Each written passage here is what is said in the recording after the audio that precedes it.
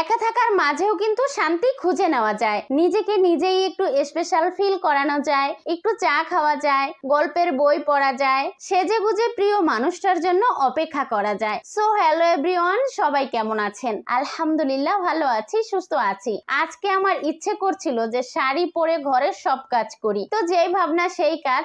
আলমারি খুলে একটা শাড়ি বের করে ফেললাম, আর এই শাড়িটা আজকে আমি পরবো। এই তো ঝটপট শাড়িটা পরে ফেলেছি, এখন আমি চুড়ি পরবো, একটু সাজুগুজুও করব। তো এই তো আমি চুড়িগুলো পরে ফেলেছি, আর এই চুড়িগুলো অনেক ছোট হয়ে গেছে। এই চুড়ি আর শাড়ি আজ থেকে 6 বছর আগে কিনা হয়েছে, কিন্তু ভালোভাবে এই শাড়িটা পরাই হয়নি। এর মধ্যে একদিন আমি পরেছিলাম, কিন্তু সেইভাবে সাজুগুজু করিনি। তো আজকে ভেবেছি একটু পরি। তো শাড়িটা পরার পরে আমার তো অনেক বেশি ভাল লাগতেছে, আর আজকে শাড়ি পরে আমি ঘরের সব কাজ করব।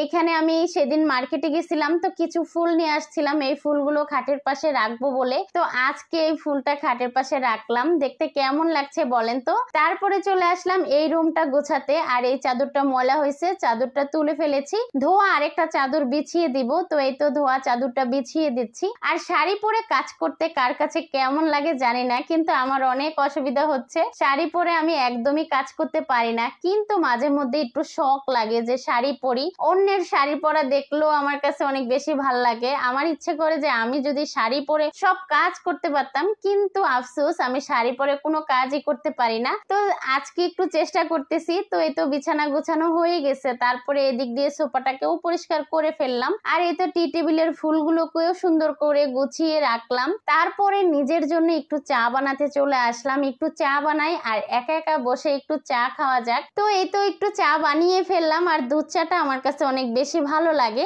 আমি কিছুদিন আগে ডাক্তার দেখাইছি, ডাক্তার বলছে কোনোভাবেই আমাকে চিনি খাইতে না, কিন্তু চায়ের সাথে চিনি না হলে আমার তো একদমই হয় না। তো এই তো বসে বসে একটু চা খাচ্ছিলাম, আর নিজেকে মনে হচ্ছে রানীর মতো, রানী রানী একটা ফিল হচ্ছিল আর কি। যাই হোক, চা খেয়ে তারপরে আবার চলে এসেছি রান্নাঘরে।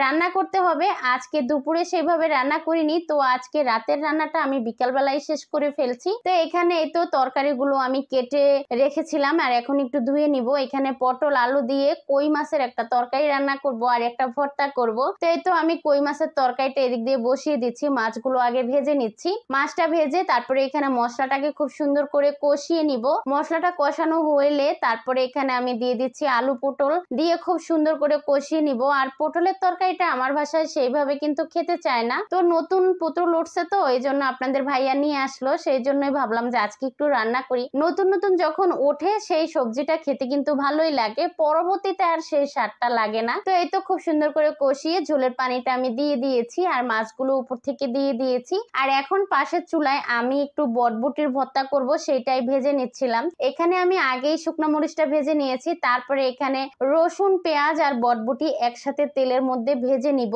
আর এইভাবে আমি ভর্তা বানাই, আমি বটবটিটাকে সিদ্ধ করি না, অনেকেই দেখি সেদ্ধ করে ভর্তা করে, কিন্তু বটবটি যদি পেঁয়াজের সাথে একটু ভেজে নেওয়া যায় সেই ভর্তাটা খেতে কিন্তু অনেক বেশি ভালো লাগে। তো এই তো খুব সুন্দর করে ভাজা ভাজা করে নিব। আর এই দিক দিয়ে আমার কিছু থালাবাটি জমা হয়ে গেছে, সেগুলো ধুয়ে ফেলছি। তো এই তো বটবটি গুলো ভাজা হয়ে গেছে, এখন আমি এটাকে ভর্তা বানিয়ে নিব। আর এই তো এই পাত্রটার ভিতরে ভর্তা বানাইলে ভর্তা কিন্তু খেতে অনেক বেশি মজা লাগে। এই পাত্রটা আমাকে এনে দিয়েছে আমার ছোট বোনের জামাই। তো এই তো খুব সুন্দর করে ভর্তাটাকে বানিয়ে ফেলছি, আর ভর্তাটা বানানোর পরে আমার ইচ্ছে করতেছিল যে ভাত খাই, ভর্তাটা দেখেই লোভ লাগছিল। তো এদিক দিয়ে তরকারিটাও কিন্তু হয়ে গেছে। তো এগুলোই ছিল আজকে আমাদের রান্না বান্না। আজকের ভিডিওটা আমি এখানেই শেষ করছি। এতক্ষণ ধৈর্য ধরে ভিডিওটা দেখার জন্য ধন্যবাদ সবাইকে। আসসালামু আলাইকুম, আল্লাহ হাফেজ।